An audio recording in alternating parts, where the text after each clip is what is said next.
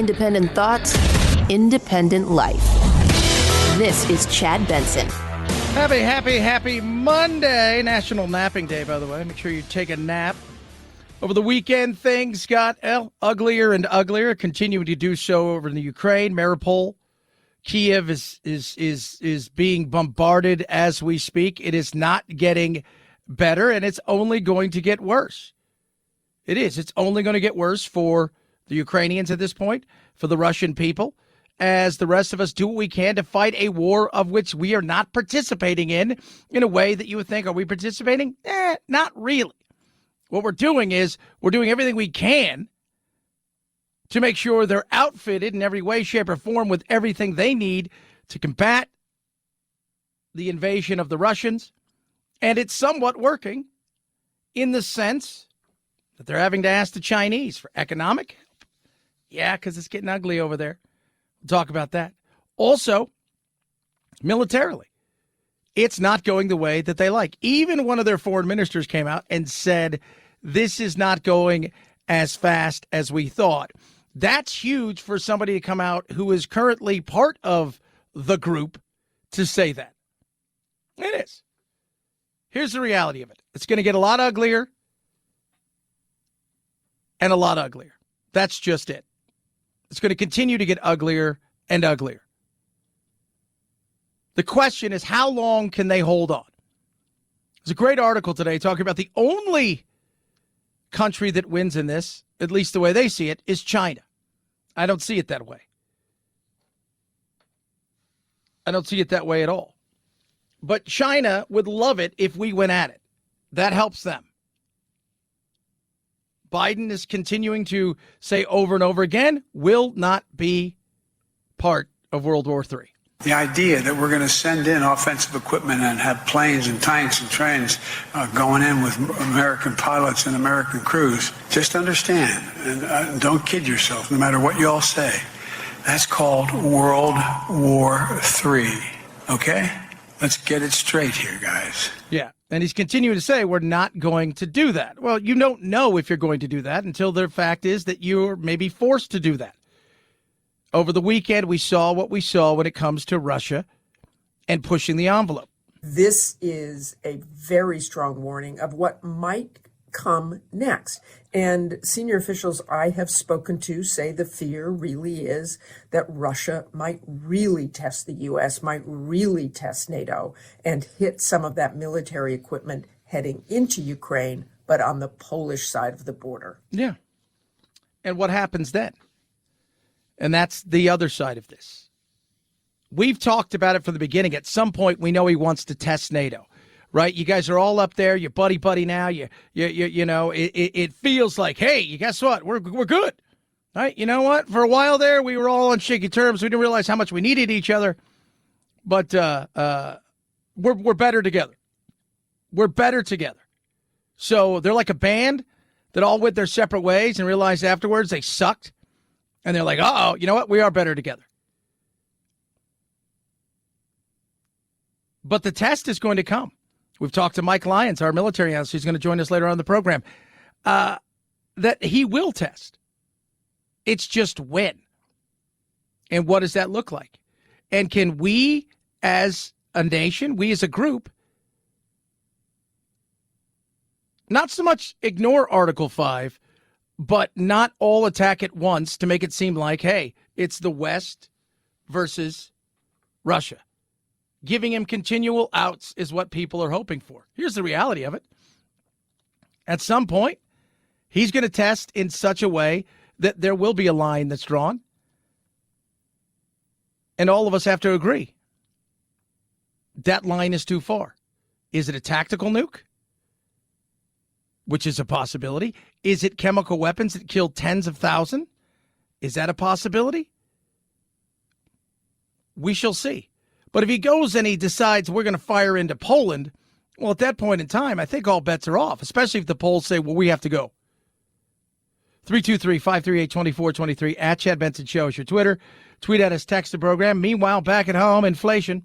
According to the folks at Gas Buddy, the nationwide average price of a gallon of gas rising again overnight, now standing at $4.35. That is up 59 cents from just 1 week ago. The average family now paying $65 every time they fill up the tank. Last year, that number was $42, a major increase, especially for those who drive a lot and fill up multiple times a week. Yeah. I put money in the car today. I paid $4.49. Oddly enough, the gas station right here by work, because I kind of do live in the Valley of the Dirt, people, but I live where when I get on the freeway, I have four truck stops.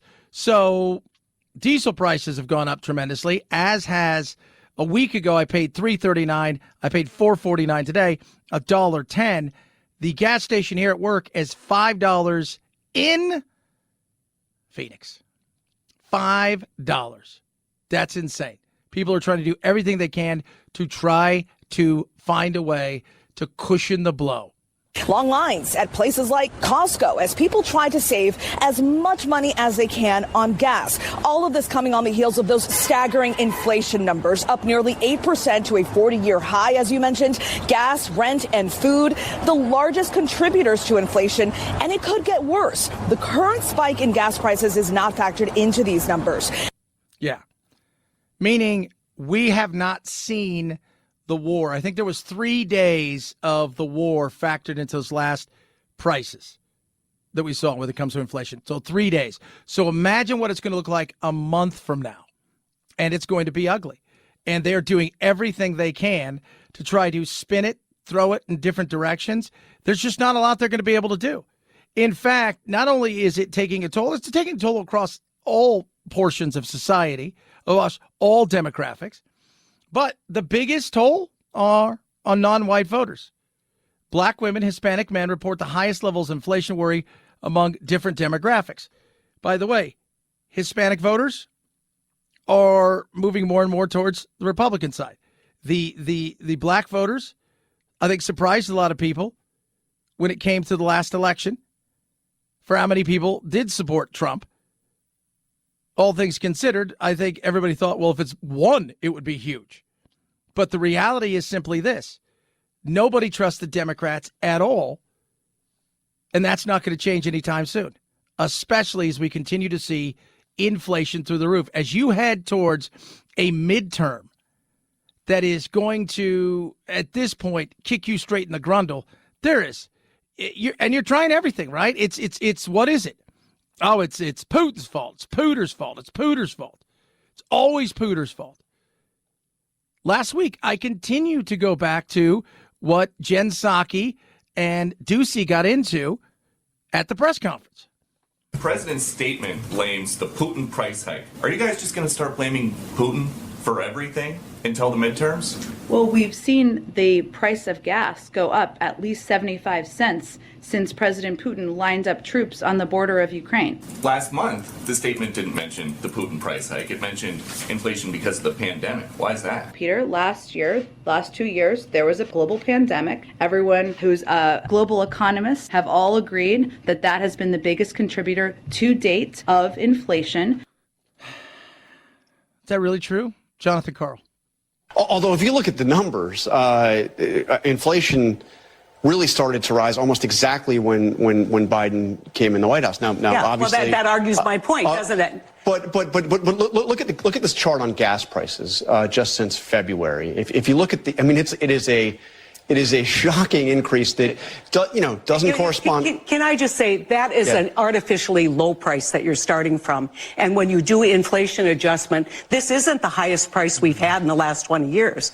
In fact, George Herb Walker Bush and under the George Bush administration, we had gas prices inflation adjusted over $5. But we're shocked because we got used to $2 gas, and that's the problem. Yeah, except for the fact that we were producing here, we are energy independent, and by the way, George Herbert Walker Bush, you remember, he did not get reelected. Let's not forget that. He's going to pay a price. Sorry. The war on energy, whether real or fake, depending on who you're talking to, there's no doubt that the Democrats want to get rid of energy in the way that we produce it because they don't like what it's all about. And so they come out and they push insane ideas without stepping back and saying, how do we do this in a real way where it benefits everybody? It's not going to be perfect. The greenies are going to be pissed. And the people on the far right will be pissed. But the reality is 70 or 80% of people will look at this and say, well, this is a smart thing. You don't have that. You're trying to play to everybody in a certain area. And you're not going to make them happy, rather than looking around going, people care about their pocketbook right now. They care about feeding their family. They care about the fact that as they continue to struggle day in and day out, putting food on the table is going to become increasingly tough. And when they go to the polls, they'll say, who's in charge? Oh, the Democrats. 323-538-2423 at Chad Benson Show is your Twitter. Tweet at us, text the program. Hope you had a good weekend. A lot of stuff to get to today. He's back. That didn't last long. Spent a few weeks with his family. He's like, I don't want to do this anymore. So we'll talk about, yes, Tom Brady and the announcement yesterday. Oh, my goodness me. Can you imagine that? Was that 6 weeks? 6 weeks. That's what he lasted. Shorter than the baseball lockout, but 6 weeks. That's it. 323-538-2423 at Chad Benson Show. Twitter, tweet, text the program. All right. Let's talk about it. Car Shield. We're just talking about inflation. Rising price of everything. What are you doing to protect your wallet, protect your car? Why not Car Shield? Car Shield has rates that fit anybody's budget. And to be foolish not to look at a situation like this and jump on Car Shield. And I'm serious, man. You have 24/7 roadside assistance, a rental car for free while your car's in the shop. And the shop that you choose, why are you not doing that? That's the thing. Man, you got to think seriously about what's going on today. If things go south with your car, how much is that going to be to fix?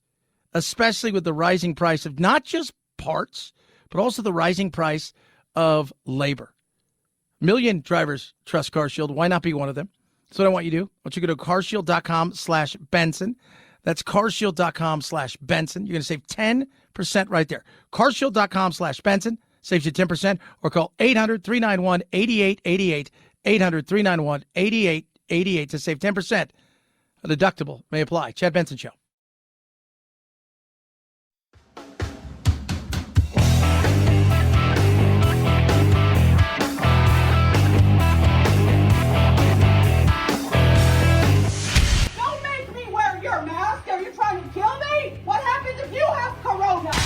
No need to socially distance while listening to your Chad Benson Show podcast. 4 out of 5 experts say so.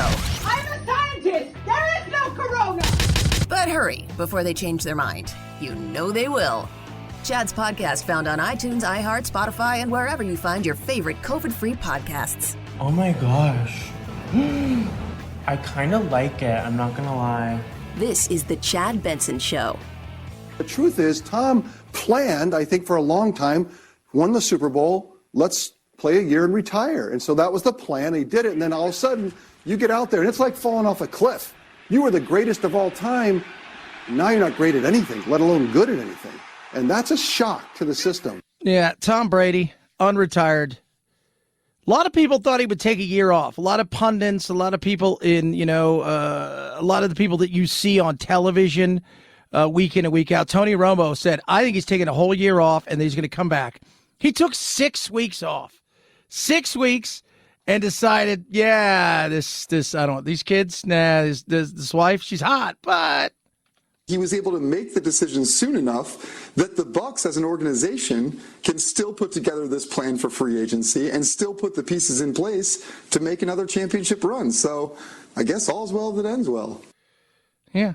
Plus he's, look, he was in the running to be the MVP last year. Think about that. He was in the running to be the MVP of the league. It's not like he went out, like the last 2 years of Peyton Manning wasn't very good. He won the Super Bowl, but he didn't win the Super Bowl. He could barely throw the ball 20 yards. Tom was not there. Tom was still Tom. He was one play away of going to the Super Bowl potentially last year, because I think they would have had they beaten the Rams. Plus, he's Tom. You know, doesn't he have this like this thing where you look at him and you think you're different. You have to respect him. It's unbelievable what he's done, how healthy he's been, how great he has been for so long. Goes to a new team after the Patriots, and he wins the Super Bowl. Yeah. Christine Brennan right there. She's right. And, you know, people last night are like, oh, this is Jordan. This is what she had to say about that. I would say that this is bigger news than Michael Jordan's comeback. Wow, really? He's much more than just a sports star. He is an icon, and he's a huge piece of American culture. And that's why this story resonates the way it does. Yeah, I think so. That was last night. He was just everywhere, just trending the hell out of it. I'm like, wow. I'm watching the golf, which is still going on because of the bad weather in Florida. So they're finishing up today. And it was on the whole thing is on a day when he retires. And you're just like, I could see it. There's only, as I was telling producer Anthony for the show, there's only so many houses you could build, only so many crypto commercials you can make. And he's one of those guys where I don't see him going the route of Peyton or Tony Romo. I don't see him in the booth. I don't. I see him more as a guy who would either want to run a team and own it, or just, want to do like Kobe did. Get his hands in 1,000 different things. But he was not ready to go. 323-538-2423. At Chad Benson Show is your Twitter. Tweet at us, text the program. National Nap Day. We're going to give you 5 reasons why you should nap, because they're good, by the way. Napping is good. People ask me how I do it all the time. One of the things is my doctor thinks I have a gene called DEC2, which is a gene that basically where your body doesn't need sleep. And the other thing is he always suggests to me, and my wife always talks about it too, is getting a sleep, getting 5 hours or 6 hours of sleep throughout the day. We're going to tell you why naps are awesome. More on the Ukraine as well. Chad Benson Show.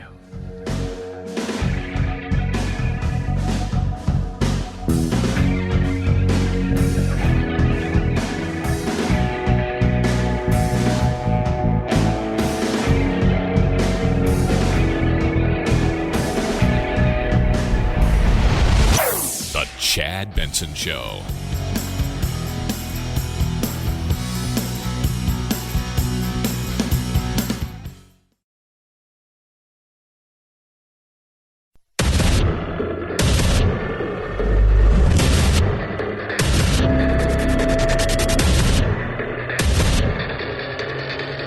Independent thoughts, independent life. This is Chad Benson. Protect your gas at all costs. It's getting more and more expensive. The van drives on top of the fuel tank, and then that's all you see. No one comes out. So they have a trap door inside their vehicle, which is crazy. Yep, more and more siphoning thieves. I tweeted that last week. Enough of this stuff about gender BS. Enough of this stuff about sexuality and any of the. Enough of that, right? It's time to start teaching things kids really need, like how to siphon gas from your neighbor. God, we're becoming Mad Max on the way to Starbucks. It's always on the way to Starbucks. Speaking of that, 320 plus companies have pulled out of Russia. I've been saying this for weeks. Finally, some people are echoing it. I'm not going to pat myself on the back very often, but I'm going to pat myself on the back for this one. You know what they're becoming. We all know what they're becoming. How in God's name is a younger generation going to survive this after knowing what they've had for the last 30 plus years? So Putin actually, I think, is a Soviet man. He really is Soviet. Younger people, it's not like it was in the 70s, because in the 70s, people didn't know anything different. Here you have a society being like Moscow and St. Petersburg. Now they're just technologically advanced. They're great to live in. They're super hip. They're now being dragged back to something that's not even, a friend of mine said it's not even the Soviet Union. It's something between the Soviet Union and North Korea. So it's something that's also being taken away from people. Yeah. I follow this couple on YouTube. They're Russian, and they just dropped a video yesterday, as the kids would say, and about how the prices are going up. And they were looking at blueberries, and blueberries were like $10-12 for a little thing of blueberries. Prices are going to continue to go up. They're going to do everything they can. That's why they're turning to China right now, and they're going to end up being China's bitch. Right? If China helps, they're going to be and China wants to play this game of getting the two of us to get into skirmishes and to keep this thing going longer, because it absolutely 110% benefits them. It does. We're talking with China, and China has to know at some point there's a bridge this guy can't cross, because if American companies then turn on us, we're going to have to figure something out, because we're not there yet where we can sustain ourselves. But they're going to sit down and they're going to have a chat. Do I think the chat's going to come to anything? No, I don't trust anything the Chinese do. Period. Case closed. They lied about COVID. 100%. You know it and I know it. Now, whether you believe it came from wherever the hell you think it came from, the wet market, whatever, the reality is they lied about it. They kept it hidden from the world long enough to try to think that they could get it under control. All the while, it eventually got out and the world suffered. And they were okay with it. They were. At the end of the day, they're okay. And nobody's punished them. So why would they, think that anybody's going to punish them for helping at all the Russians? And they're trying to stay neutral. All the while, they're continuing to push lies and BS out there when it comes to all kinds of things. They're scrubbing the internet as best they can to make sure that they know that it's not the West's fault. It's just really America's fault. Everybody's following America's plan here to take on the Russians. Don't trust them. Again, don't trust them. Turn them into North Korea. Turn them into North Korea. They'll sit down and talk. Remember, during talks previously, earlier, months ago, we knew what was going on in Russia. We knew what was happening on the border of Ukraine. We talked to the Chinese about what are you guys going to do to help us to stop this. They went and in turn told the Russians everything. How are we to trust them again? Sullivan says that the White House is closely monitoring the situation to see what, if any, kind of aid China does provide. He says the White House is not going to stand by and allow China to compensate Russia for losses from these sanctions. And Sullivan is issuing a real clear warning here. He says there absolutely will be consequences for any kind of large-scale support to help Moscow work around these sanctions. Yeah, nice try. Do we really believe that? Honestly, I don't. I don't believe it. I don't think anybody else does. What are we going to do? Probably not a lot. We're going to threaten, but this is also, think about what we're going to do here. Are we really going to go to companies and say, it's time for you to start pulling all of your stuff? Are we really going to go to companies here and say, all right, you want to sell your goods here in America? Then you're going to have to start figuring out how you can become less dependent upon China's cheap slave labor and bring it back home, or else we're going to start hitting you with massive tariffs. What are we going to do really to try to punish them so they'll punish China?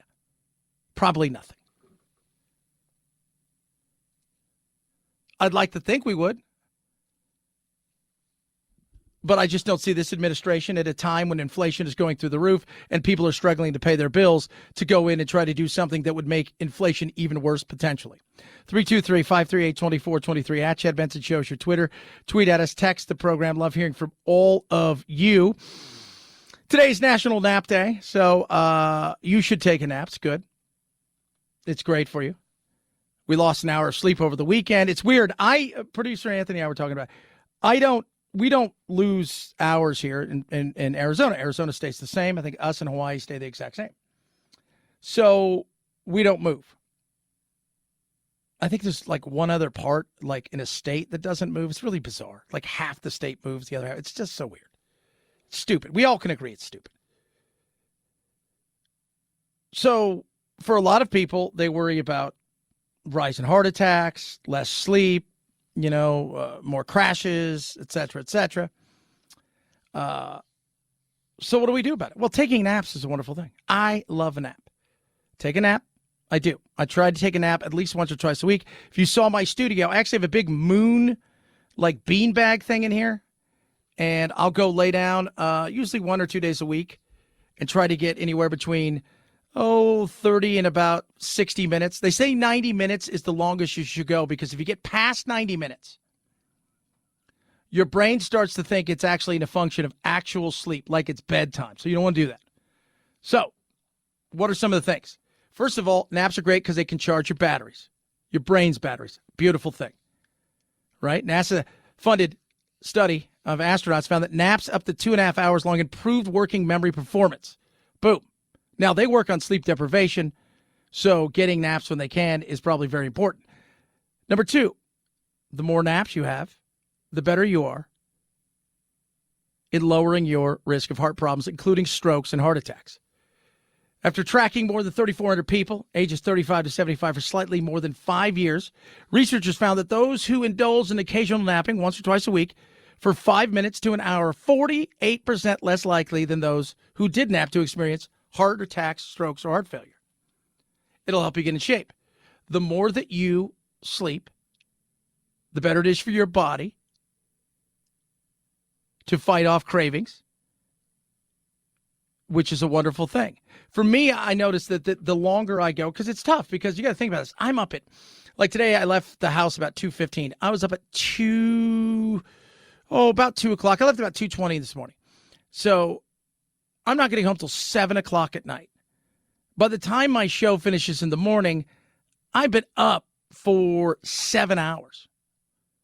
Like most people, that's mid-afternoon. You've worked on lunch. I still haven't had breakfast. It'll boost your creativity, which is a wonderful, wonderful thing. And that to me is phenomenal.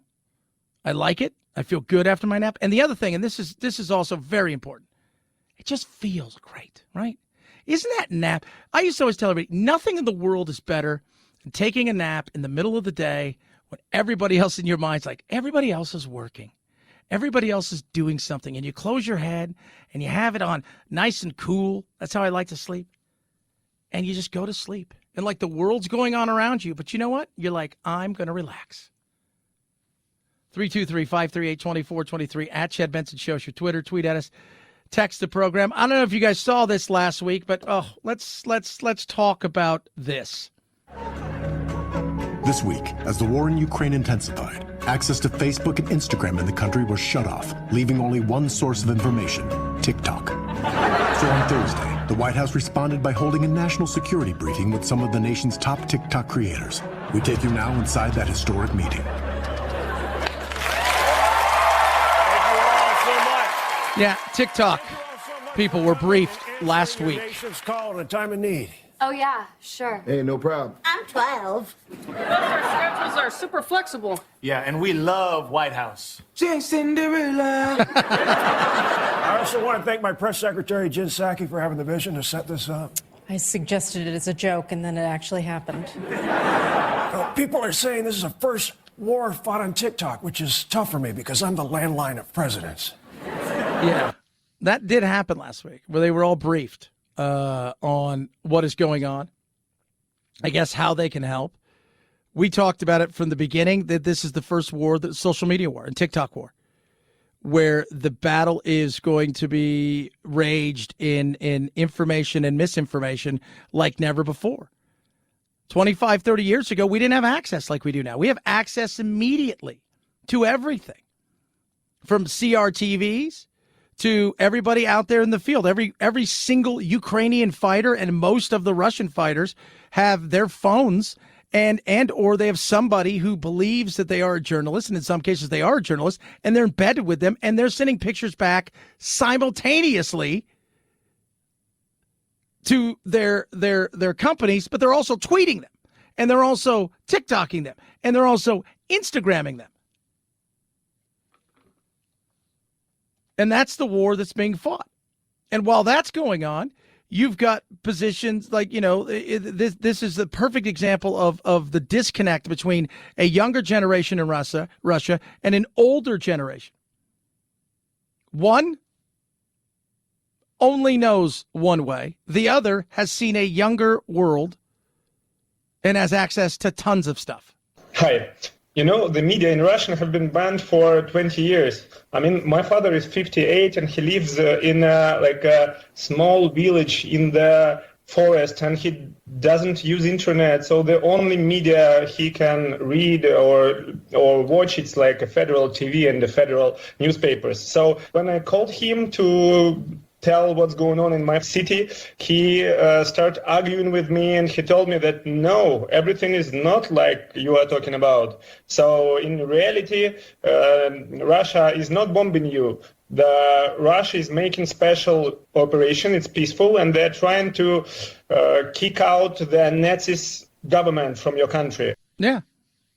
And that's what you're having. You're having two sets of wars going on. An information war with inside of Russia, especially amongst the young people who know what a VPN is and they found it, who have found a way through torrents and everything else to get themselves information, and also other Russians who are younger, who are living outside of Russia and seeing what's going on, and they're sending stuff like WhatsApp and stuff back to them. It is going to get uglier and uglier because they're realizing this is crap. But the older generation is continuing to eat up whatever Putin and his people tell them.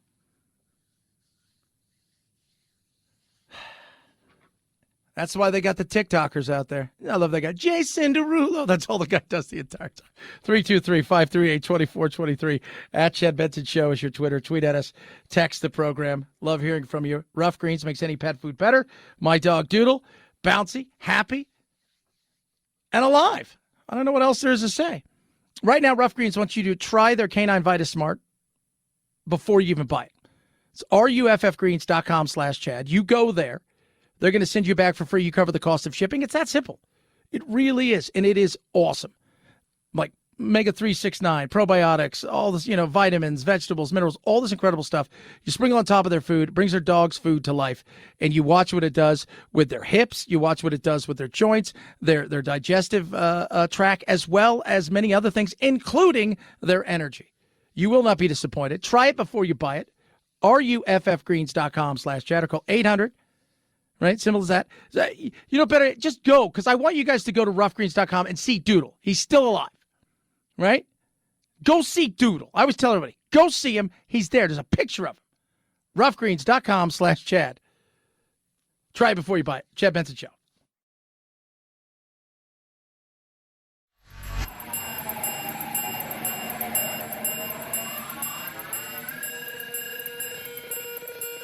Set Chad straight. Text the show, 323-538-2423. That's 323-538-CHAD. Someone has to do it. Might as well be you. The Chad Benson Show. Whoa, take it easy, sweetheart. The Batman just enjoyed the kind of second weekend many pandemic-era films will be thrilled to make during their entire theatrical run. Another $66 million for the gritty superhero flick. That pushes its 10-day total domestic take to $238.5 million, making it the highest-grossing movie released this year. I'm vengeance. The Batman's now made $463.2 million worldwide, on target to earn over $500 million before the week is done. Yep. That's pretty damn good considering. The Batman. I have not seen it because I continue to go back to. I don't know if I got 2 hours and 55 minutes in me. I don't know. Seems like, you know what? When you have kids, you're like, nah, maybe 90 minutes. Maybe. I have a 3-year-old. She's not sitting anywhere for 2 hours and 55. We took her to see Sing 2. We got through about the first 15, 20 minutes, and then she just wanted to sing herself and dance, which annoyed everybody. So it's tough. It is. I don't know when the next movie I'll try to go see. It's been that's the only movie I've seen in the last, going on almost, 2-3 years? This is coming from a guy who used to be at the movie theater. Every Thursday night I would stay in town and go see a movie. And I haven't seen a movie in forever. Drives me crazy. 323-538-2423. At Chad Benson Show is your Twitter. Tweet at us. Text the program. Love hearing from every single one of you. Again, sucks. if you're looking around right now and you're asking yourself what is going to happen with gas prices, with all of this stuff, here's the reality of it. It's going to stay high. It is. It is. We're gonna start to feel this more and more in the coming days and weeks. Luckily today, gas is down pretty good, $6. So Brent crude is trading about $106, which is good. But would I be surprised for us to see gas at this level for the foreseeable future? No, I don't think so. And that is, we're going to start feeling that more and more at the grocery store, more and more at the just not the pump, like everywhere. Whether it's disposable goods, whether it's goods, whether it's clothes, or think about all the things that oil goes into. We're going to start really feeling that. I hate to break it to you. I'd like to think we're going to see a precipitous drop. I do not believe so. Hopefully I'm wrong. 323-538-2423. At Chad Benson Show is your Twitter. If you miss any of the show, make sure you grab the podcast, Spotify, iTunes, TuneIn Radio. It's the Chad Benson Show.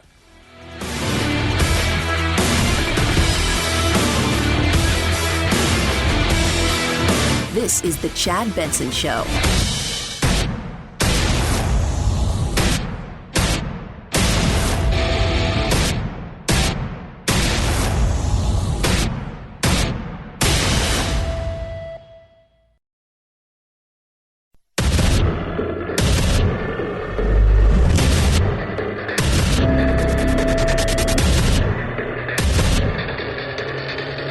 Independent thoughts, independent life.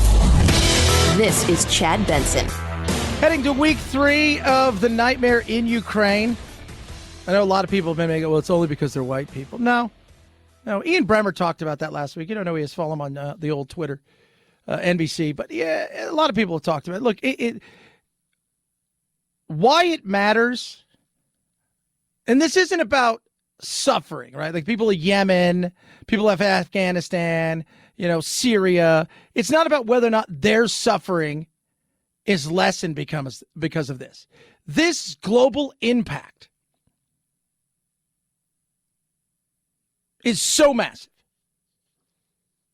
that it affects everybody, including those people, because of the potential of, you got the world's number 1 grain exporter and number 5 exporter fighting. So think about globally the impact that would have on food and the potential for smaller nations to miss out. Because America ain't missing out, right? We all know that. No.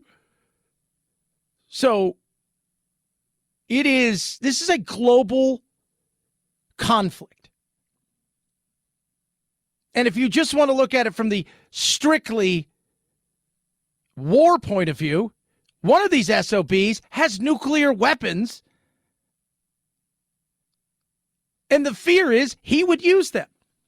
Somebody said he wouldn't use them. I don't believe he would. Well, if he's suicidal, he would, right? There's no doubt in my mind, if Hitler had nuclear weapons and he knew the end was near and he wanted to destroy his country to make sure that because they failed him, that he would not pull the trigger everywhere if he had a chance. Hell yes, he would. Now, I don't think he's suicidal, but I think right now he's realizing 2 things. One, this was not as easy as I thought it was going to be. And 2, I can't control the narrative like I thought I could 30 years ago, which you could.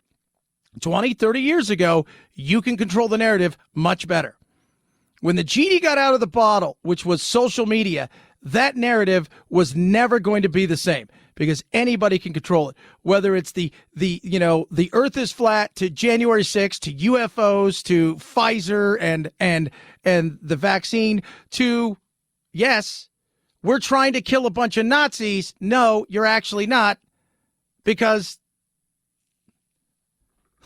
it's not a bunch of Nazis running the country. It's not. Speaking of running the country, he has spoken to Parliament. That is Vladimir Zelensky. And now he's going to do the same to Congress. Ukrainian President Zelensky will deliver a virtual address to Congress on Wednesday morning, an event for lawmakers but closed to staff and press. It comes as Congress recently authorized $13.6 billion in military, humanitarian, and economic assistance for Ukraine. Zelensky spoke to House and Senate lawmakers by Zoom a week and a half ago, and according to sources, he made a passionate and forceful plea for more American military assistance. But there's nothing we're going to be able to do. At the end of the day, there is nothing that we're going to be able to do because the reality is simply this. We don't want World War III. And do I think it would become World War III where we're launching nuclear weapons? It's hard to tell. It is hard to tell.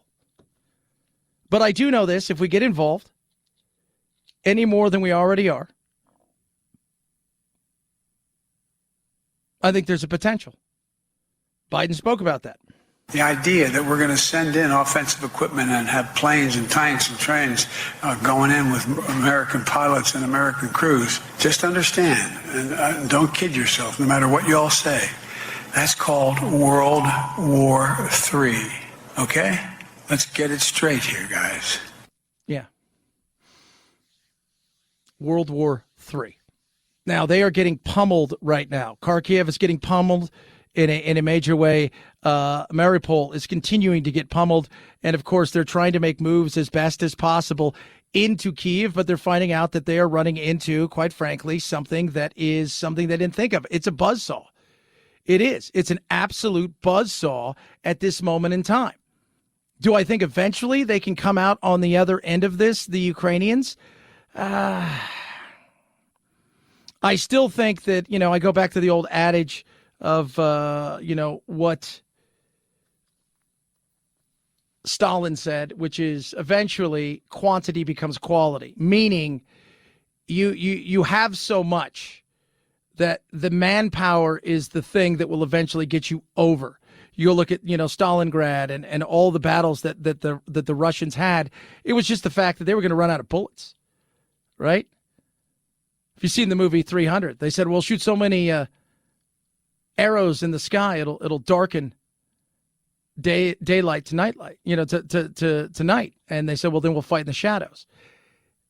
Meaning, you eventually you're going to overrun them. But the longer it goes, the more doubt is there, and that's why they're turning to China. They need help. They need financial help because they are going nowhere fast.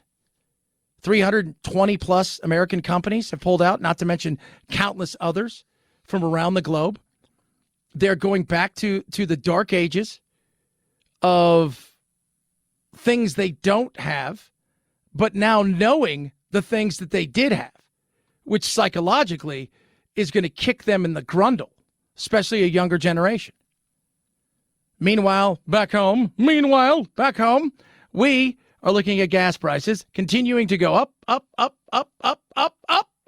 Gas prices hit an all-time high, an average of $4.33 per gallon nationally. With war raging in Ukraine, a brand new ABC Ipsos poll shows that while most Americans support President Biden's ban on Russian oil, a staggering 70% disapprove of his handling of gas prices and inflation. Translation, dude, you're not doing the things that we would like you to do. You should be out there talking about, hey, green people, sorry about this, but we need to become energy independent. We don't need to be skulking around begging the likes of Saudi Arabia and Iran and Venezuela for oil when we have a chance to get energy independent. Now, they can be a bridge at this point because it's not going to be overnight. And when you hear the false narrative, it's 9,000 leases that are out there. It's such crap. First of all, God knows how many pages of the Environmental Protection Agency will throw you at going through, right, the disclosures. Secondly, if I'm out there and I am spending all this money to do all of this research to eventually try to get the oil out of the ground, what are you going to do along the way that continues to throw roadblocks in my way. In which case, halfway through, you may tell me, oh, you're being sued. You've got to stop immediately. Not to mention the fact that a good portion of these, maybe up to half, aren't very good. There's just not enough there, or there is none there. So that false narrative falls flat. You're out of touch. People want to be green, but they also want to not be broke. And people are making decisions and choices that are crushing them right now. With war raging in Ukraine, a brand new ABC Ipsos poll shows that while most Americans support President Biden's ban on Russian oil. And that is huge. But what have I always said? We will support something until it gets too uncomfortable for us. Too uncomfortable for us. And then once we're at the point where it's like, well, man, I was like all for helping the Ukrainians, but I didn't know it was going to be like $5 for like 3 months. I didn't know that. Did you know that? No. But people are struggling and they're making decisions. Of his handling of gas prices and inflation. In Texas, mother of two, Bretonia Bays runs a daycare out of her home. Nobody has enough to fill their tank or their bellies. She says she's losing business because parents can't afford to drive their children to her because of the surge in gas prices. Yeah. People are making serious decisions. And that's not going to change anytime soon because inflation is, well, it's a nightmare right now. And we're seeing more and more economists come out and say, hey, remember when we said it was like a 2% chance of having a recession? Yeah, we like to put that at like 35% now.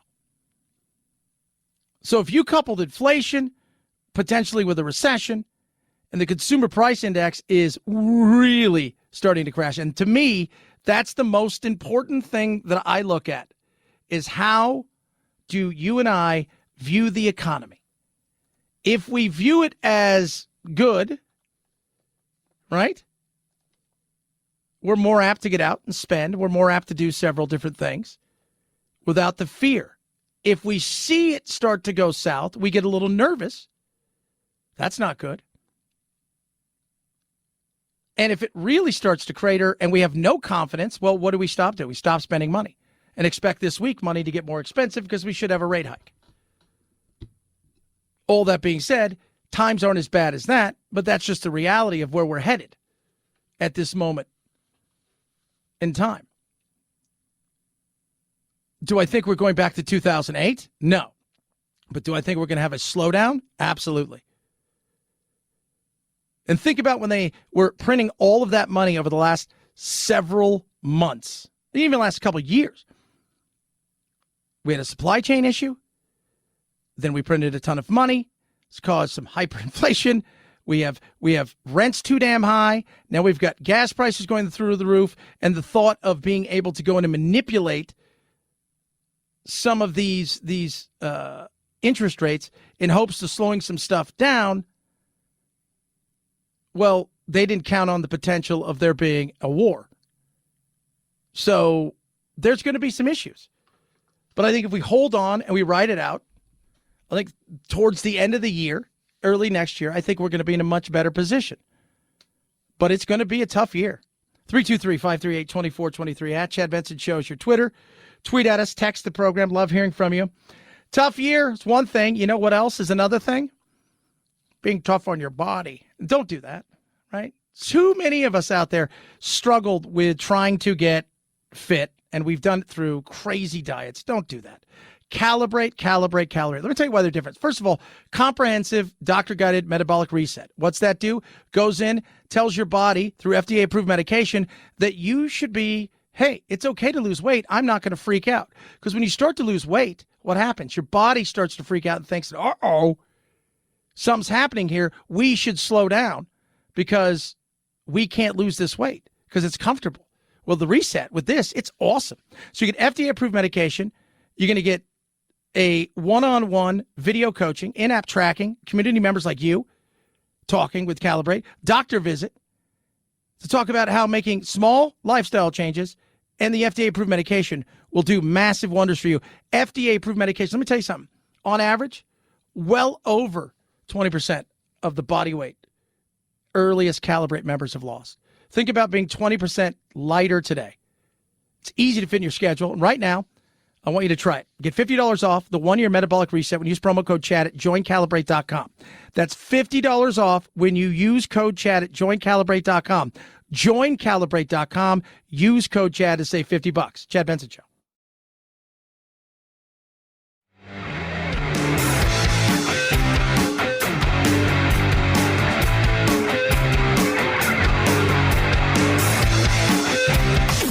Helen Keller is a Nazi terrorist that is a male. Is that what you're telling me right now? Yeah. Are you thinking of Hitler? Who's Hitler? Vaccines work, but only the Chad Benson Show is 100% effective against stupidity. Do you know what D-Day is? D-Day. A person? A rapper? God, Karen, you are so stupid. Check us out on Facebook, Twitter, Instagram, and wherever you find your favorite woke-free podcasts.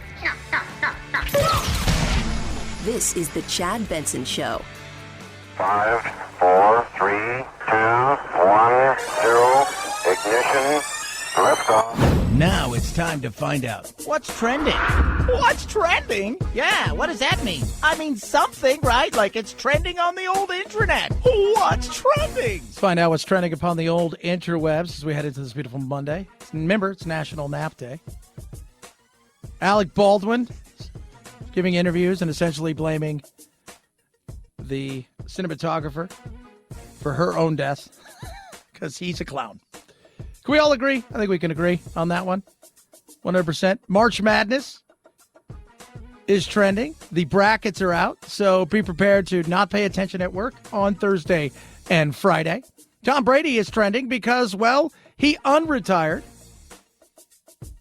yesterday, coming back for a 23rd season. Imagine if you're that guy who spent $500,000 buying that last touchdown pass football. You're like, I hope he gets hurt. Pfizer, their CEO came out and said, we have a new variant. It's called We're Getting Broke 19, and we need you guys to have a fourth shot.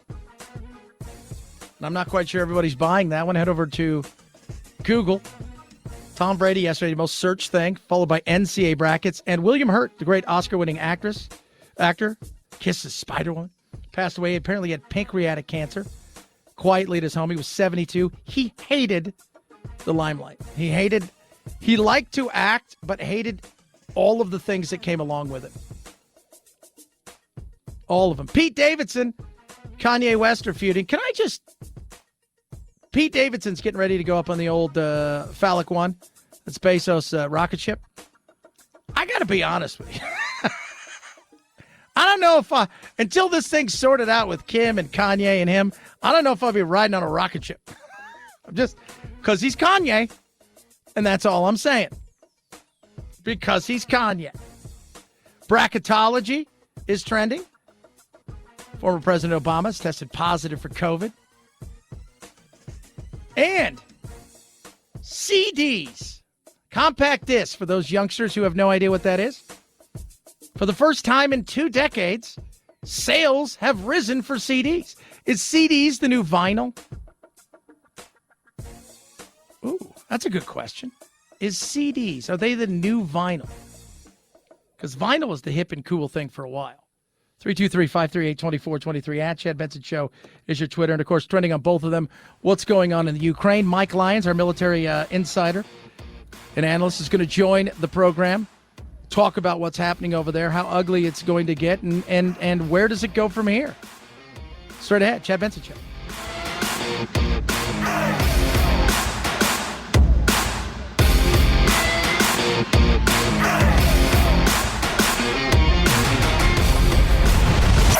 The Chad Benson Show.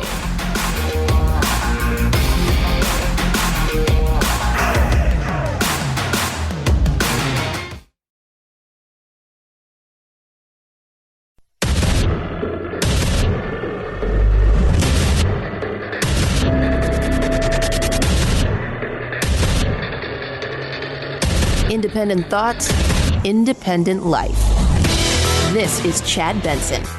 In a word, nightmare. I think that's what everybody's going through right now over in the Ukraine, and it's getting uglier as they get more and more desperate. Joining us now is retired Major of the Army and military analyst Mike Lyons. And Mike, let's first and foremost start with the fact that it just seems now that Russia's desperation is shining through, and they're just saying, "Screw it, let's just raise everything and go from there."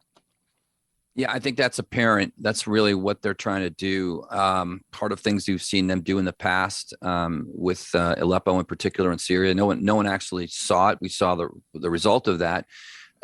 They just will continue to use cruise missiles. They'll use artillery. They'll use whatever they can to raise buildings and to invoke fear in the citizen population. So this is going to no way be people that are going to want to be ruled by Russia when the time comes. And the race is on. The race is on to get more equipment and capability to Ukraine soldiers and citizens, as well as letting them pick off the Russian military assets that are still lined up on the road versus how fast the Russians can try to destroy Ukraine is really what it's coming down to.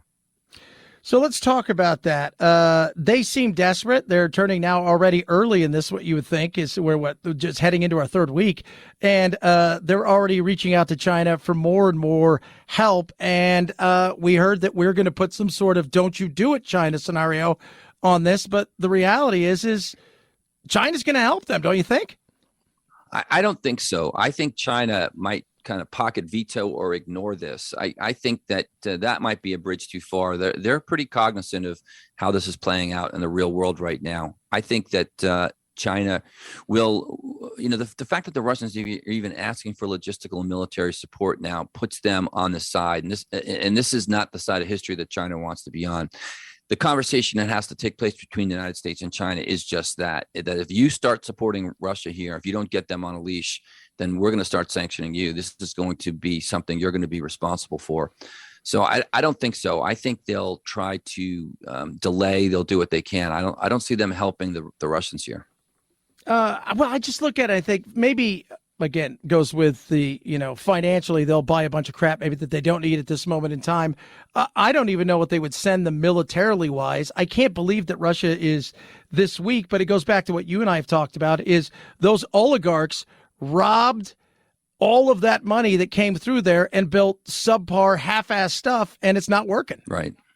Yeah. And it shows you that this is one of the characteristics of these despotic countries and dictatorships, and that is the fact that they have natural resources and they sell crude and they sell natural gas, and all that stuff is sold at the macro level, and the government controls all of it, and the people steal it all at the top. It doesn't trickle down in the rest of the economy. If you're kind of a one-trick pony, this is what you get. And that's exactly right. And so for 15 years, we thought the Russian military was rebuilding, and we thought that they were 12 feet tall, but maybe they're not 4 feet tall, but they sure have not been effective whatsoever against what should not be a peer adversary in Ukraine when it comes to the military. Talking to Mike Lyons, our military analyst, who's been with us since well before this thing started and continues to be with us. So, Mariupol, what is their end game in this? Trying to starve people out, trying to basically just destroy their lives, and it is amazing. It almost goes back to what we've talked about in the past, the way that you saw the likes of Stalin go after the Ukraine by using famine as terror. What in God's name are they thinking that is going to come out of this where Putin stays in power after this? Well, so Mariupol on the coast is likely a genocide, ethnic cleansing scenario in the back of his mind, because he needs that region, he needs that area in order to have that true land bridge to Crimea, which he expects to hold after this at some point. So if there's one off-ramp, it's potentially Ukraine does get carved off, and there is a piece of the bottom and the eastern portion of it that goes to Russia, becomes Russian federations, let's say. They haven't hit Odessa yet, so perhaps they're leaving that for Ukraine. They've got to have some kind of port in order for it to be a kind of a viable country instead of being landlocked. But Mariupol sits right squarely in the middle between Ukraine and the rest of Russia, and it's a major bypass through. So that's probably why strategically he's got to do what he can. And if he destroys it, he just rebuilds it. He moves Russians in. He calls it Russia. I think that's probably what we're going to see here. And we're now seeing some citizens being able to get out of there. The question is whether or not they'll still get a safe haven, because it is a long way to safety from Mariupol. It sits in the most southern and almost eastern part of Ukraine. So you're not getting to Romania, you're not getting to Poland. You might get into Russia, but that might not solve your problem. Kyiv, that's the battle that everybody's waiting for, and it seems to be more of trying to shell it, but they slowly moved in last week, and we saw what took place there. Those tanks were just blitzed. When does this thing get going? I mean, or are they at the point now where they know, man, that is going to be us walking. It's going to be a shooting gallery, and we're going to be the ones getting shot.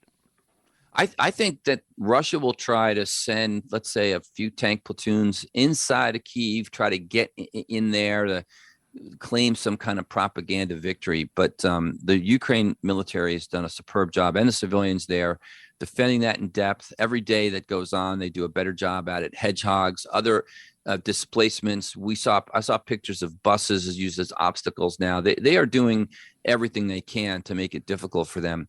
The shelling that's taking place, they're going to soon run out of artillery. I think they're going to run out of shells. They're not going to have the same capability there. And when they decide to try to move in with tanks, they're going to become sitting ducks. You saw what happened earlier in the week with the targets, with the javelins at the front of the end of the convoys there. And again, the Ukraine military and citizens takes a lot of guts to walk up to a tank and fire around at it, watch it blow up. So I think that they're not going to take Kyiv. It's going to be a siege, and it'll be over before that. But he's not going to accomplish that objective, I don't believe.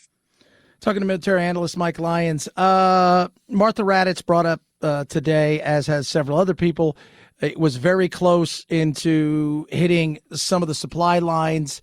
The Russians, people are saying, are they going to, at some point in time, test and fire into Poland or somewhere that these supply lines are coming out of? You and I have talked about it. We feel like at some point he is going to test NATO and the West and take an extra step to see what might happen. Do you think that's getting closer and closer? See, I don't think so. So he had to interdict the supply lines over the weekend with that strike that was deep western Ukraine, right? That one where he went after that military base there, killed 35 people. But he had to use airstrikes. He had to use pilots. Very risky for them to do that, and that's because he knew he had to take that target out. He knew he had to go after that. He's got to go after that capability, but he doesn't have enough confidence in his cruise missiles in order to take it out accurately. Only 16 miles from that Polish border. So that's where the mistake will get made. If they decide to use some of their cruise missiles and the unmanned vehicles, let's say the unmanned smarter bombs, whatever, that's where the risk is going to be if one of those things lands inside the border. The bright line, the red line or whatever, is the border. If either side crosses it, I think that's what's going to cause that escalation. And when he decided to use pilots to bomb that target, told me he doesn't have confidence in the strategic weapons to get that far or to get that close. So let's keep that in mind. Let's again move more air defense platforms across that border. Let the Ukraine citizens use them and make sure that doesn't happen again. The information battle is going on. We were joking that TikTokers were I guess had an opportunity to meet at the White House or on Zoom or whatever. But there is a real information war going on within the in particular Russia. This younger generation is getting information because they've got VPNs. They're smarter than the average person, comparatively. He's trying to stop a lot of this stuff from getting in there. Did he overestimate his thought that I could shut the information down? Yeah, I think so. He tried to do that inside of Russia. He wanted to put up a similar Chinese firewall that the China has, and with regard to information in their country. And now he's looking to go after executives of some of these companies that post that information. So every day that goes by, Vladimir Putin is creating more and more of island Russia. And, that's kind of a problem for a country that's 11 time zones long and has 140 million people. The Chinese do it with 1 billion people inside the information. They control what they can. But as we could see, that Vladimir Putin has not been successful, or the Russian people, their culture won't necessarily accept that. They've got they've got this taste of the outside, the West. They know what's going on. So we'll have to see. I think he thought he was going to control it. He thought that this would have been over by now. This whole thing is still predicated on the fact that the military has failed miserably. He thought within 48 hours, this is over. This is done. They're liberators. We're already seeing he's arresting FSB commanders. He's replaced a bunch of general officers. A bunch of general officers have been killed. And what does that tell me? It tells me those guys are getting out of their tanks. They're getting out of their vehicles and have to go check on things. They're putting themselves in harm's way. So again, things are going so wrong militarily that the trickle down effect to everything else is what's impacted. This week's just getting going. What's it look like between now and, say, the weekend? Is there going to be try to besiege Kyiv, or is this going to be a slow burn for the next several months? I think the slow burn. I think that, every day we wake up looking at, look up the intel reports and see he really hasn't made a lot of progress. He hasn't really moved in certain areas, especially in Kyiv. And we're seeing that he's got to have economy of scale and force down in the south. He's not necessarily, he controls certain cities down there. Kharkiv, for example, that one there was an emphasis on has now been shifted away. So he's in a stalemate. They don't know which way to go right now, and I think they're waiting for something else to happen. They're waiting for maybe they'll get some kind of agreement on a ceasefire or so. But again, he doesn't have the forces. He doesn't have the forces. They're spread too thin. Doesn't have the forces to accomplish all of these three things on that one front, and then to even try to interdict those supply lines deep into Ukraine is going to continue to create a problem for him. Does he use chemical weapons? I don't think so. I think because that it just creates an operational problem. So chemical weapons, there's two kinds: persistent, non-persistent. If he uses the persistent kind, which is mustard gas, it's gels, things like that, they create a problem for an offense coming in on offensive formations coming in on the city. They'll have to be in mop suits, and it puts a burden on how they have to conduct their offense. If they use the non-persistent types, the really bad chemicals, the nerve gas, those kind of things, those dissipate quickly. The weather has not been favorable. Those will dissipate quickly. They've got to kind of land on you. And then they also are coupled with the artillery. So that they'll be used as terror weapons if they are. But again, every time he goes and crosses that line, he destroys another norm that exists in the laws of land warfare. It's just going to make it a lot more difficult to cut a deal at the end. Love talking to you, my man. Mike Lyons right there, retired major in the Army. He served in many theaters of war, and, of course, our military analyst. Dude, I just love having you on. You keep it real with us, man. We'll talk to you soon. Great, Chad. Thanks for having me. Thanks. At Chad Benson Show, Twitter, ChadBenson. If you miss any of it, make sure you grab the podcast. But, it sounds like it's going to be more and more of a nightmare, and he's got to be thinking at some point in time, all right, now what do I have to do to get the hell out of this thing? And is there any way, as I always go back to, he's Larry from Jaws, the mayor. Can I save August? He's trying to think, can I save any part of this where I'm still in charge and the world allows me to play again? 323-538-2423. At Chad Benson Show's your Twitter. Tweet at us, text the program. Car Shield is great. Cars are going up. Prices are going up. What are you doing? You're thinking, I need to protect my car, Chad. I worry that check engine light comes on. This is where Car Shield comes in. 24/7 roadside assistance, a rental car for free while your car's in the shop. The shop is the shop that you choose. It's truly a no-brainer. Here's the other thing I love about Car Shield. Right now, you lock your price in forever. That's right. You lock your price in forever. So what you pay is what you pay forever. In protecting your car, it is truly, truly important now, especially as used cars have been up, 41%? Labor's gone up. Parts have gone up. Don't get caught out by not having something to cover yourself. That's why you need Car Shield. Over 1 million drivers have been helped by Car Shield. They're America's #1 auto protection company. They protect my wallet, and they'll protect yours, especially from expensive repairs. Right now, go to carshield.com/Benson or call 800-391-8888. You're going to save 10%, and you're going to lock your price in for a lifetime. That's carshield.com/Benson or 800-391-8888 to save 10%. A deductible may apply. Chad Benson Show.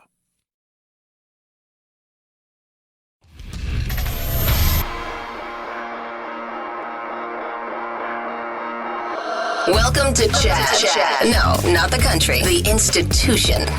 The Chad Benson Show. I like the fact that our buddy Mike Lyons, our military analyst, said that he didn't think China's going to get involved like that. Again, China cares about China. That's all they care about. They care it like the NFL, right? We always talk about the NFL. What does the NFL do? They protect the brand. That's what they care about. They protect the brand. First and foremost. Same thing with China. China doesn't care about the people. They care about China, the brand China, the communist, all of these things. And I like the fact that he said that they don't think, hey, they're probably not going to get involved. Do I think that that's going to be? No, I think in some way, shape, or form. I don't know about militarily, whether or not they'll get involved as far as sending them stuff.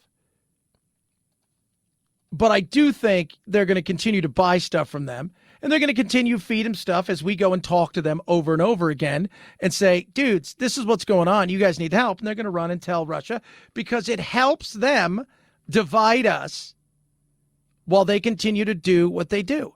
They're like lawyers, right? Who always wins? Lawyers. Lawyers always win. It should frustrate all of us. 323-538-2423 at Chad Benson Show's your Twitter. Tweet at us, text the program, something I want to touch on, and we will later, I promise, but just a smidge. When Joe Biden was vice president, removals of non-citizens reached highs of more than 400,000. Under President Biden, customs agents are focusing on arresting and deporting primarily undocumented immigrants with felony records here or in their own countries. But Texas Governor Greg Abbott says the Biden administration is allowing the human traffickers to run roughshod across our border. Abbott is expanding his program of arresting migrants on misdemeanor trespassing charges when they set foot on Texas soil. Yeah. They're not doing anything. It's getting worse. Our Democratic senator was down in Yuma last week, and she said it's a nightmare. They're processing more and more people every single day, and it's getting worse and worse. And this is all the Biden administration's fault. The energy you went after, and this you've ignored. You've been an absolute disaster on immigration. And it's not getting better anytime soon because you're not dealing with it. And you're not going to deal with it. For whatever reason. You think that you have built-in voters? I have no idea what the hell it is. But at this point, it's a joke. And living here in a border state, as I've lived most of my life, Texas, California, and Arizona. It has always been a joke, but this is especially troubling. My God.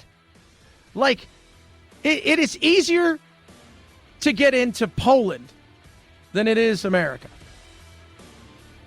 Or harder. Depends where you are. Chad Benson Show.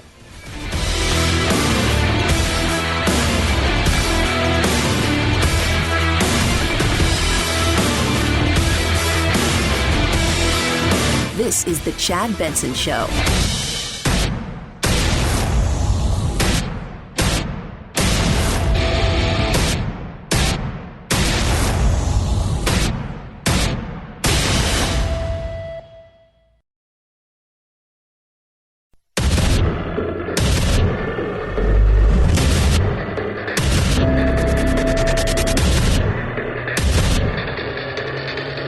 Independent thoughts, independent life.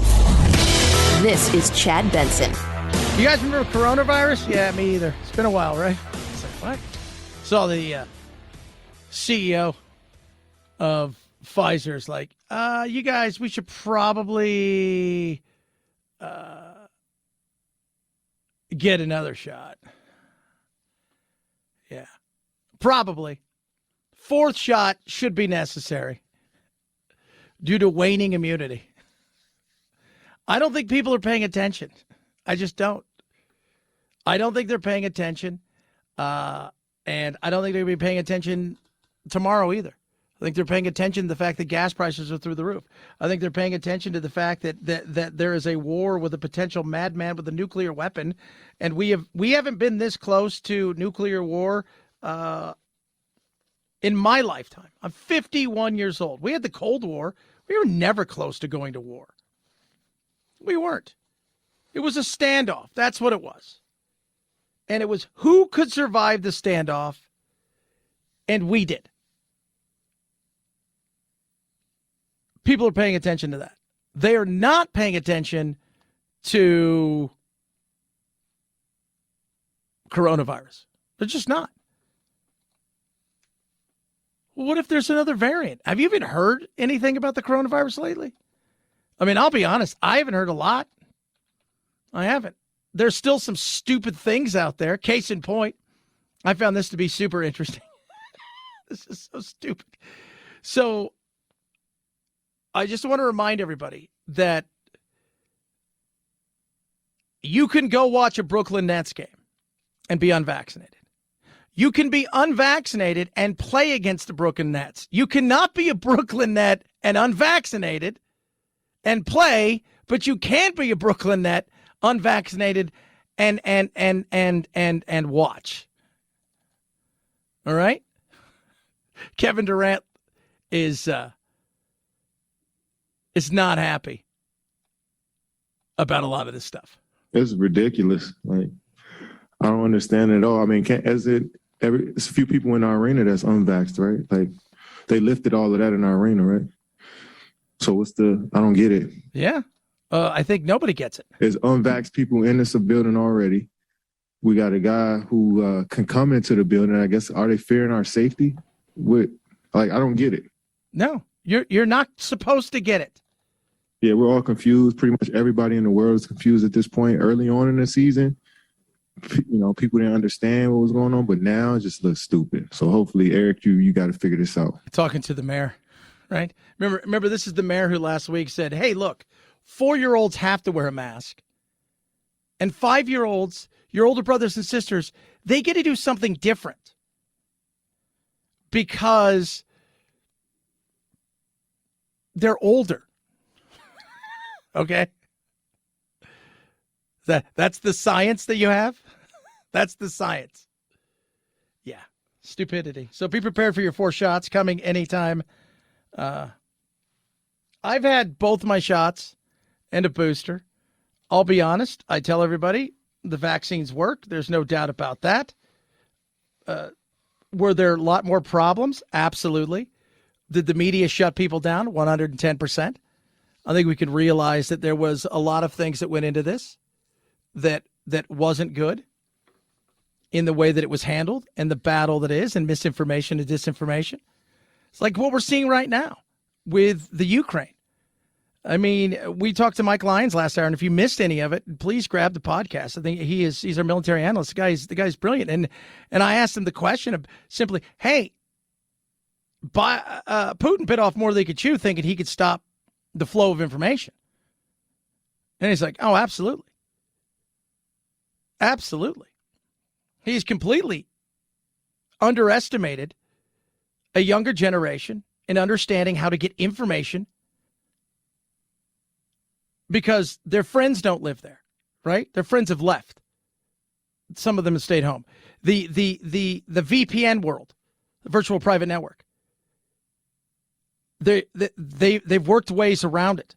They're still consuming information in ways that they don't really understand over there.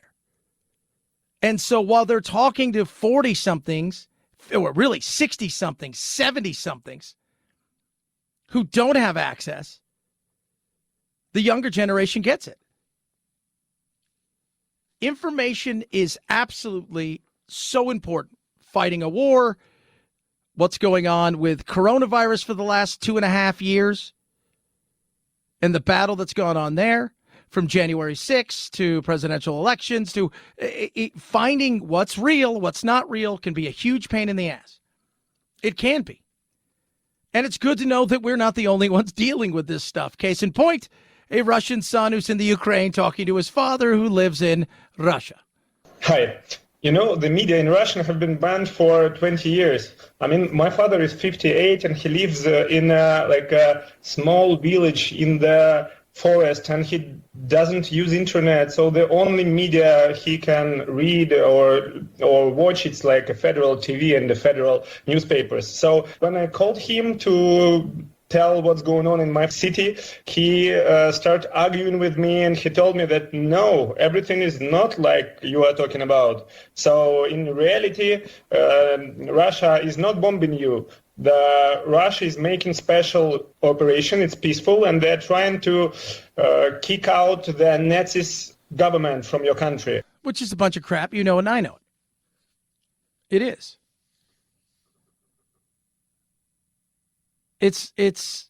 But if you can control that flow of information, you're talking to, and I think this is where the Russians have overestimated their ability not only to fight this war and to wage this war, and who maybe even fund this war, but also overestimated their ability to control the flow of information to a younger generation. Does it mean there's going to be a regime change? Nah, probably not. Not for a while. But that's the battle that's going on over there. And you've gotten several hundred companies across the globe who've picked up and bounced. 300 plus American companies. The information battle is going on, and you don't want to be on the wrong side of that. But as we continue to say, put yourself in a 20-something Russian person's existence where you've grown up in Moscow or St. Petersburg or one of these large cities, and there's plenty of them out there, where you've had all the accoutrements of pretty much everybody in the West. So Putin actually, I think, is a Soviet man. He really is Soviet. Younger people, you know, it's not like it was in the 70s, because in the 70s, people didn't know anything different. Here you have a society being like Moscow and St. Petersburg. Now they're just technologically advanced. They're great to live in. They're super hip. They're now being dragged back to something that's not even, a friend of mine said it's not even the Soviet Union. It's something between the Soviet Union and North Korea. So it's something that's also being taken away from people. Yeah. And when you have freedom to speak, you can get all of those things off your chest and you can vote. As angry as you are at the government, the reality is you're having those freedoms still. When you have freedom of finances, even if they've taken away some of your freedom to speak, the reality of trying to survive with your 2-bedroom, 3-bath home and your family and paying your bills, but you're able to earn money and have certain freedoms and accesses, you think about that. If you take both of them away, what you have is a pissed off society that will eventually turn on its masters. They're getting desperate. I saw today, they were massive protest again. People are firing over the heads of protesters. So you've got these police that are firing over the heads of protesters. It's getting ugly because they're starting to really understand that they cannot put this genie back in the bottle, that it is out and they cannot control it. And they're not going to control it, not anytime soon. And it's going to get uglier and uglier, both at home and elsewhere, i.e. the Ukraine, because they are not going anywhere. And the more that you see what's going on over there, the more that you realize that the Ukrainians mean business. The world is backing them with everything we possibly can without actually getting directly involved, which is the thing that we have to do. We have to stay as far away and yet as close as we can. We don't want to be dragged into it. We want to choke them off, if you will, financially, and essentially turn this into Afghanistan Part 2 for them. The question is Putin. What does he do? Where does he go? The off-ramps are getting further and further apart, and they're not very good off-ramps anymore. 323-538-2423 at Chad Benson Show's your Twitter. Tweet at us, text the program. He's unretired from not really being retired. We'll talk about, yes, Tom Brady, TB12. He had enough. He was at home for like an hour. He's like, these people are insane. I want big men to try to crush my soul. This lady's wanting to always do stuff. Oh, my Lord. Oh, man, my pillow, right? Nothing in the world feels better than a luxurious towel. When you step inside your shower, you get out, you're like, oh, there's a towel. You reach for it. You don't want one of those nasty towels, right? They're fluffy, but they don't absorb water. And the other side of it is, they absorb a little water, but it's like putting sandpaper on your body. Nope. How about this? My Pillow towel set, regularly $109.99. Right now, $39.99 a set. Made with cotton grown in the USA. Absolutely incredible. Last night, sat in my jacuzzi, got out. What I have? My Pillow towels. So my wife and I, whoop. The baby, she loves it. Wrapped her up like a little burrito. Incredible. Every towel set comes with a couple bath towels, 2 of those, 2 hand towels, 2 washcloths, available in a variety of colors, 6-day money-back guarantee, 1-year limited warranty. For a limited time, 6-piece towel set, regularly $109.99, yours for $39.99 with promo code Benson. So you visit mypillow.com/Benson or call 800-983-4975. You'll have deep discounts on everything else, including the mattress topper, my favorite, Giza Dream Sheets, so much more. 6-piece My Pillow towel set, $39.99 right now. MyPillow.com/Benson or call 800-983-4975. MyPillow.com/Benson. Chad Benson Show.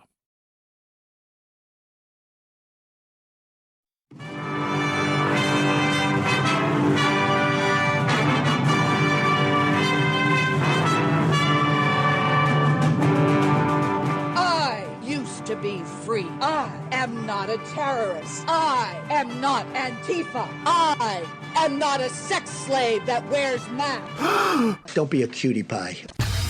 Probably sit around and cook some soups and eat bread and desserts and just get all fat and sassy. You're ruining my life, bud! Yeah, you haven't seen anything yet. You're listening to The Chad Benson Show. Elon Musk, who just had he and his girlfriend, it's weird. So his girl that he used to date, named Grimes, who's a singer, she's kind of a cuckoo for Cocoa Puffs. They had a child, and they call it Y. I think it's a girl. And then Grimes announced that they were broken up and that she's dating Chelsea Manning, who used to not be Chelsea Manning, but used to be Private Manning. And then had I think it was a full Monty change. I'm not quite sure. So Elon, though, has come out with more news today because he's challenged the Pooter to a fight. Combat, one-on-one for Ukraine. Oh, Elon. We're talking because there's an article the other day, is roid rage with Putin. Because for a dude who's 70, he's kind of yoked, right? But all that being said, my money's on Elon because I believe he's an alien. And I believe at some point he's going to show the world I'm an alien. I have to do all of these little things slowly but surely because you guys wouldn't get it. Oh, yeah, maybe. Maybe. You don't know. Hilarious. This did not last long. Did you think it would? All great quarterbacks toward the end have to redouble their effort every year, both emotionally and physically, to stay on top. And it takes everything out of you. And so the typical cycle, trust me, is towards the end of the year is like, I'm done. And then by April, you're like, no, I'm good. Usually you don't announce it, though. You don't actually go public with it. Right. But it's very typical. Steve Young talking about, yes, Tom Brady. He was home for an hour and a half. Thought, these people are crazy. And I don't want to do this. Not with them. She's hanging out with people like Gwyneth Paltrow, and God only knows what kind of soap and candles they're making. The truth is, Tom planned, I think, for a long time, won the Super Bowl, let's play a year and retire. And so that was the plan. He did it. And then all of a sudden, you get out there, and it's like falling off a cliff. You were the greatest of all time. Now you're not great at anything, let alone good at anything. And that's a shock to the system. Well, he's good at making money. He's good at being Tom Brady, which is something. I don't think – see, I go and I look, and you see all these quarterbacks that are leaving, and they're like, well, they go straight to the booth, right? So they get an opportunity like Fox or somebody will hire them, and, the money is tempting. The likes Troy Aikman and Tony Romo never made the money in the NFL that they're making now in the booth, and they don't have to get hit, right? So they're – he's never struck me as a guy who's going to the booth, and he's never, ever, ever struck me as a coach. And people like him, I think it would be hard to coach because he wants people to have the same commitment that he did. So I don't think you'd find that. He always struck me more as the Kobe Bryant kind of thing where you're going to go and you're going to focus everything in that drive and determination into business. Maybe you want to own a team. Maybe you want to run a team. Maybe you're going to build other business avenues. But at the end of the day, he's healthy. He's fit. He was almost the MVP last year. Why wouldn't you come back? And remember, this team lost on the last play of the game to the team that won the Super Bowl in the Rams last year. They were very close, given even their age and the injuries. Yeah. So he's thinking, if I can get the guys to come back, we can make one more run. He wins next year. But if you're still at the top of your game, why would you? 323-538-2423 at Chad Benson Show is your Twitter. Plus, it just reaffirms that he doesn't like his family. Just kidding. Text the program. Inflation through the roof. Sucks. We'll talk about that. Other stuff straight ahead. Chad Benson Show.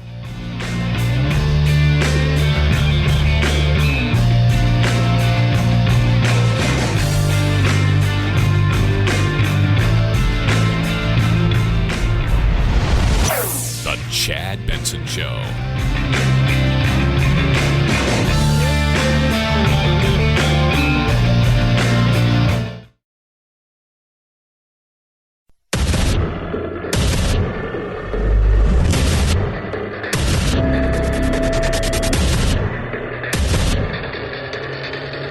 Independent thoughts, independent life. This is Chad Benson. It is getting uglier and uglier in Ukraine, in some areas. In other areas, Zelensky's telling everybody, hey, let's try to get back to his normal life as we possibly can. He's looking past this. We'll see. Again, there's a lot still to be done, but the Russians have bitten off more than they could chew. They are turning to the Chinese. They need help in every way, shape, or form. And China is loving every second of this because they know at this point in time, they've got Russia where they want them. You are another outlet that is going to become a basically our puppet. That's what you are. You're our puppet. Period. Case closed. End of story. But the war is raging on and continuing to do so, and it is not showing any signs in certain areas of slowing down, but instead of heating up. First, Russian troops pushing into the besieged city of Mariupol. Video recorded by the Associated Press clearly showing Russian tanks targeting residential buildings, and deliberate targeting of civilians is considered a war crime. And that other significant development, the targeting of this former training base that was used by NATO to train the Ukrainian forces, that clearly seems to be designed to send a message to America and the West. Yeah, but we are not doing anything other than what we've been doing, which is continuing to make sure that we can supply them with things they need, whether it's the munitions, the lethal weapons, along with several other of our NATO allies and other nations that aren't even part of NATO, as well as humanitarian help. That's what we need to do. Biden, again, is trying to explain to everybody, hey, there is a bridge that would be considered too far, that would cost us, well, peace. The idea that we're going to send in offensive equipment and have planes and tanks and trains going in with American pilots and American crews, just understand, and don't kid yourself, no matter what you all say, that's called World War III, okay? Let's get it straight here, guys. Yeah, guys. Now, I don't think we should tell them we won't do anything. I think that's the dumbest thing in the world. I think we reiterate, if you continued on the path of destruction and it gets to a point where it leaves Ukraine and lands elsewhere, including our NATO friends, then yes, we will be involved. We will continue to be involved in every way, shape, or form that we can to help. To help back Ukraine. All that being said, this isn't something that is going to happen, I think, anytime soon. They've got a lot of other issues that they're having to deal with, and the big portion of that is the fact that they're looking around and realizing that they're struggling in such a way that they're not going to be able to get past this in a timely manner where they can control all the things they really want to control and quote-unquote denazify the country, which we all know is a bunch of crap, without it potentially breaking them. I mean, they have no money coming in outside of China. A majority of American companies have fled there, and they're not coming back anytime soon. You've made yourself a pariah on the world stage. You've been banned from the world of banking. Prices are rising. Food's going to become scarcer and scarcer in the coming weeks. And your military is, for all intents and purposes, in shambles. On the other side, you've got a guy who has been leading. He didn't get off to a great start. Let's be real. Zelensky didn't. He didn't seem to heed everybody's warning about what was going on. He didn't seem to take the threat as serious until it got to the final days, and he realized, oh my God, they really might. He could have been ahead of it a little bit more. All that being said, he has been absolutely on top of it since then and continuing to negotiate. Ukrainian President Zelensky said his country will fight to win the kind of peace his country deserves. While the Ukrainians have said the Russians are no longer issuing ultimatums, Zelensky wants security guarantees in writing. And in the meantime, he's pushing for life to appear again on the streets of Ukrainian cities. Any business that can open, he said, should open. He promised to remove obstacles to economic restoration, and he pledged to rebuild every house, every apartment of every Ukrainian, already looking beyond war, even as his country remains deeply in it. Yep, and that's not changing.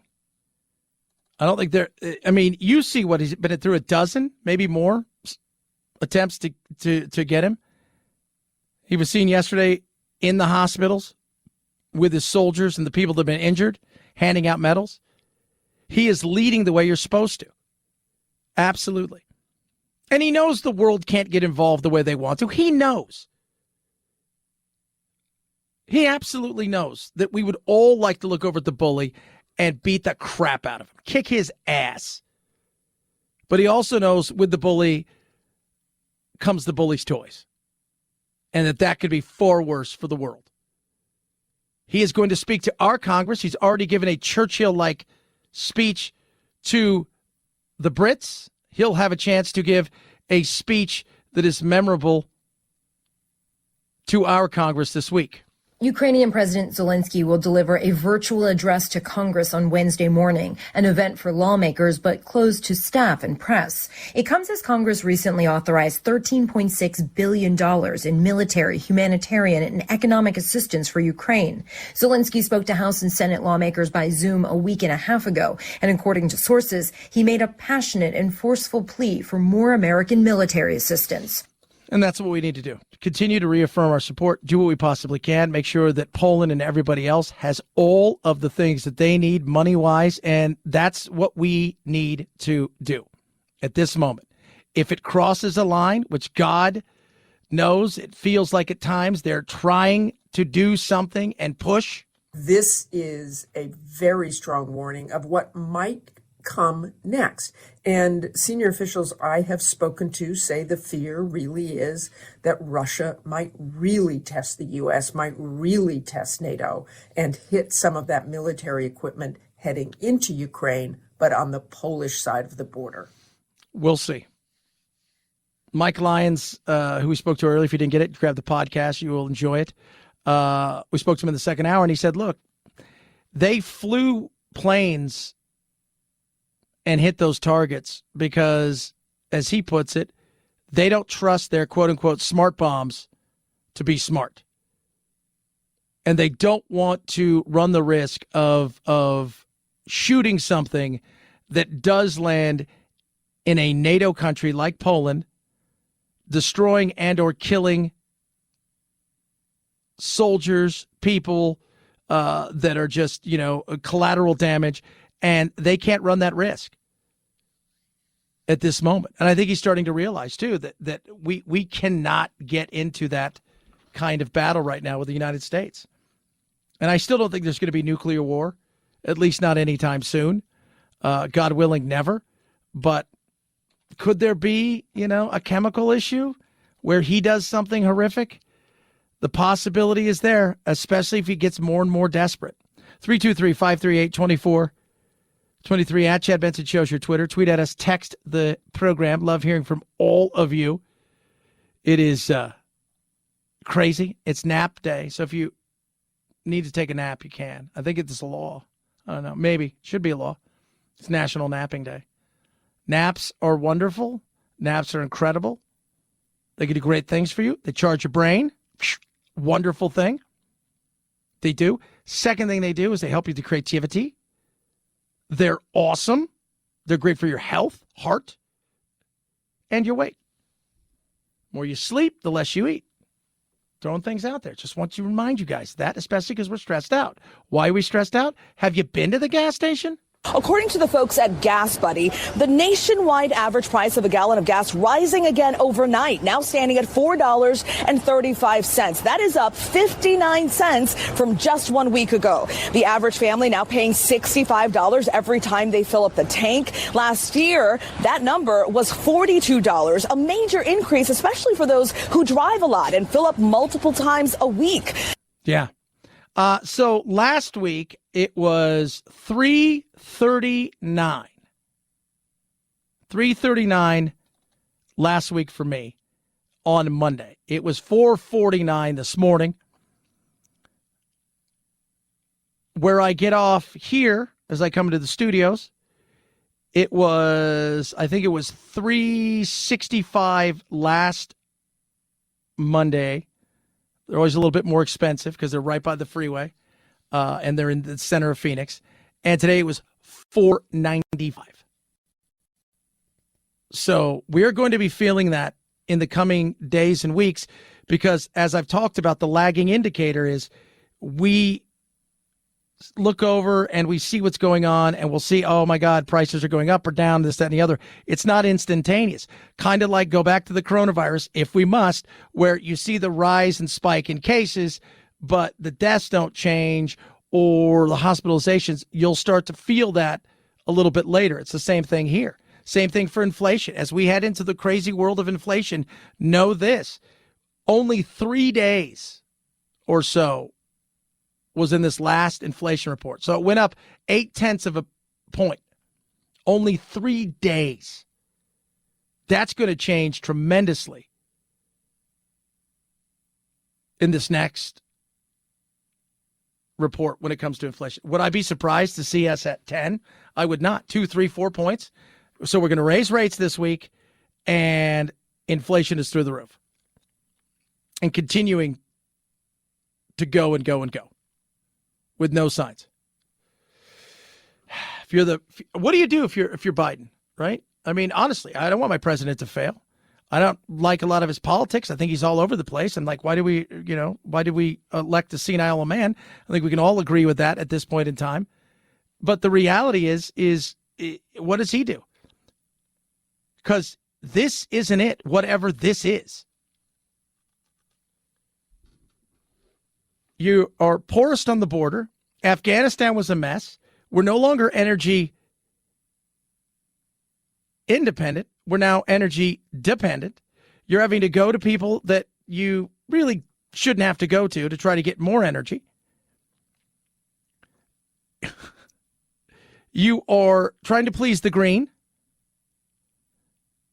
And if you look at the policies, more and more Americans are like, we'd like you guys to move more to the center, not further left. And we'll take anybody but you when it comes to a lot of these things.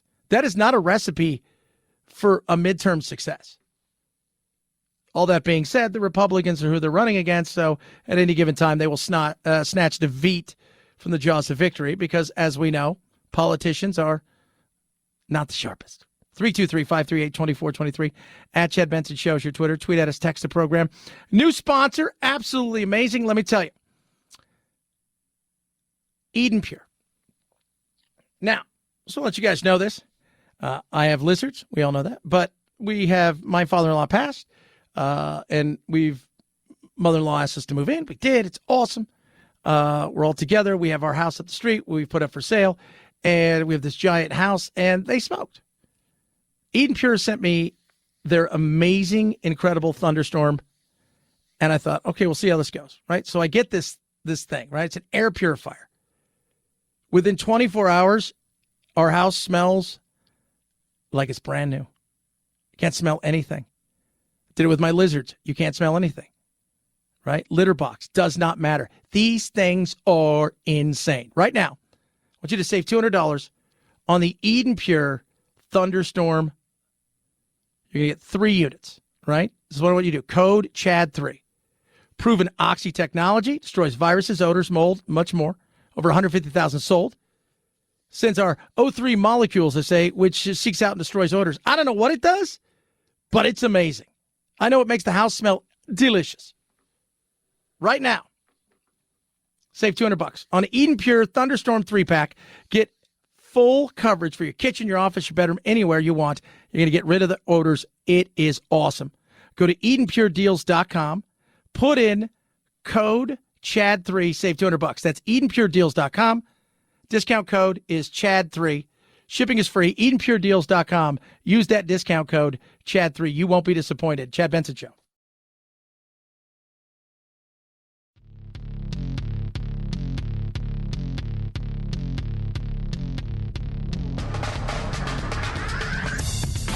Serving up talk radio medium rare and dripping with irony.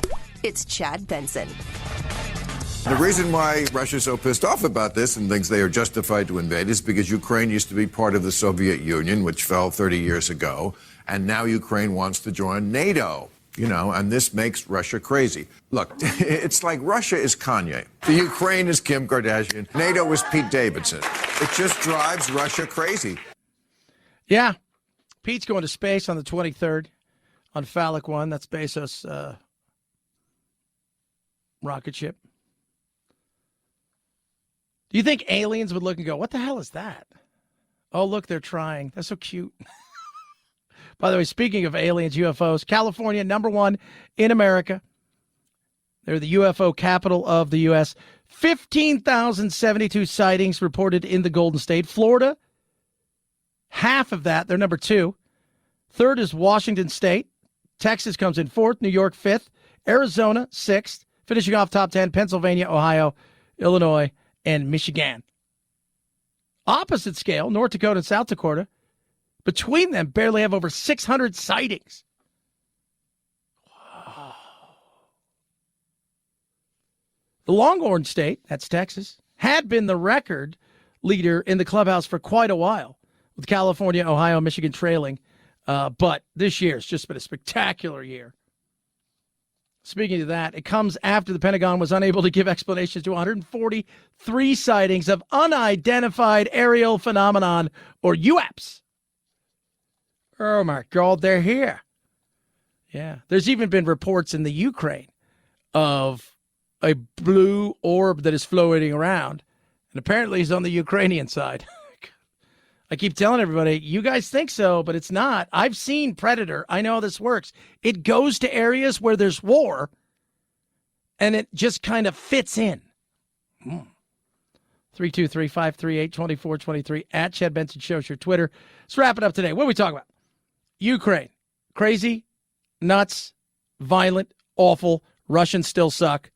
Ukrainians are fighting hard. Inflation, through the roof, nasty, ugly. Not going away anytime soon. Gas prices, be prepared over the next couple days. You're going to see even more movement there. Tom Brady is back after not really going anywhere.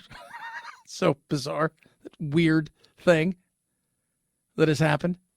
Oh, yeah, he's not going anywhere. Batman's still the #1 movie in America. Talked about that, right? And Pete Davidson is going to space with Jeff Bezos on the, what's it called, the Blue Origin? I don't know. It's going to be interesting. See if he comes back. 323-538-2423 at Chad Benson Show, your Twitter. A lot of other stuff, including chaos when it comes to vaccines and should you get your 4th. If you missed any of the program, grab the podcast. Have yourself a great Monday. We'll do it again tomorrow. Night, Jack.